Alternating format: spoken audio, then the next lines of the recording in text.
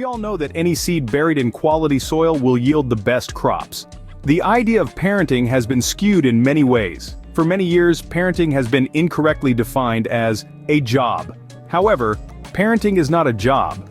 This mode of thinking implies that parenting is a limited number of hours in a day.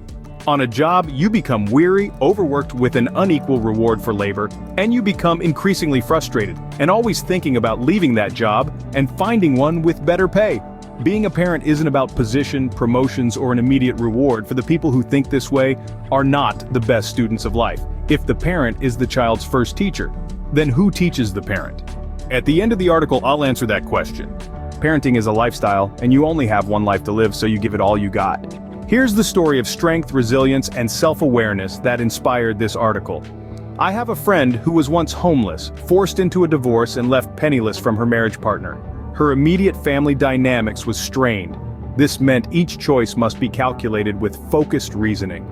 The emotional struggles were hard to watch her go through. We all have them at some point if you are a true student of life, living in the emotional confusion where nothing seems to make sense.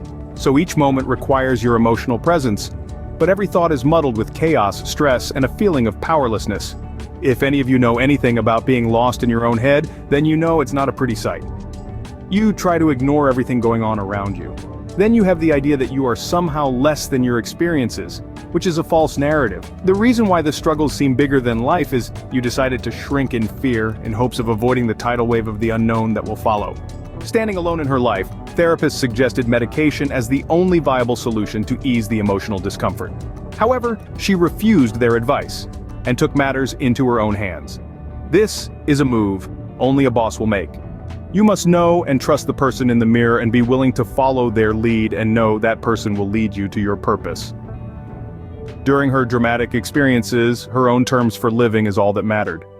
Did I forget to mention she received her master's degree through all of this? What helps is that she never separated herself from the experiences as an observer, watching life beat up on some poor soul. She acknowledged her journey, and this helped with her evolution. She became a therapist and life coach, started a small business, and found a place to live, not necessarily in that order. She nurtured each moment with a new mindset of what she wanted her life to look like.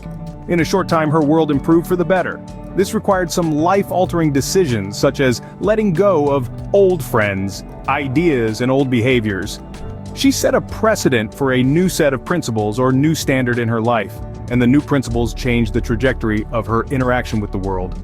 The family strain increased when she announced that she would be moving out if state with her son. The disagreeable parties fumbled one excuse after another, explaining why her move was selfish and not the best choice. These same people wanted her to stay, and after she moved, they came up with a solution to bridge the distance. It was tucked away, but should have been used first. Rather than discouragement on her journey, here's a better option: observe her as she grows from the decisions she makes in her life. A person's choice is the greatest gift to mankind since breath. When someone's choices are violated, so is their freedom to exist. People will selfishly keep you in their life because of the role you play. Years ago, I would get a call every morning from the same person complaining about relatives, their friends, and how hard the wind blows.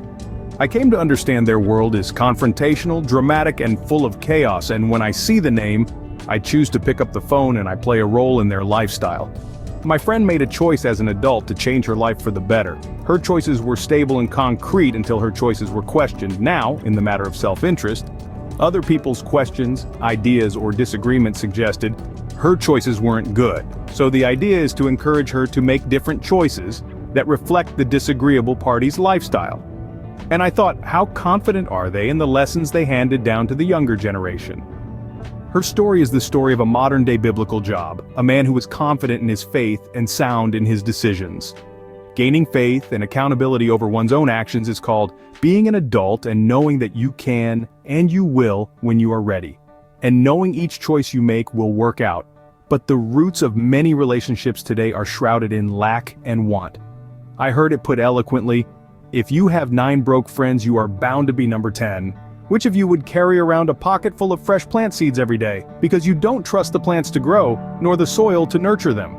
Or would you take the same seeds and place them in quality soil and watch them grow?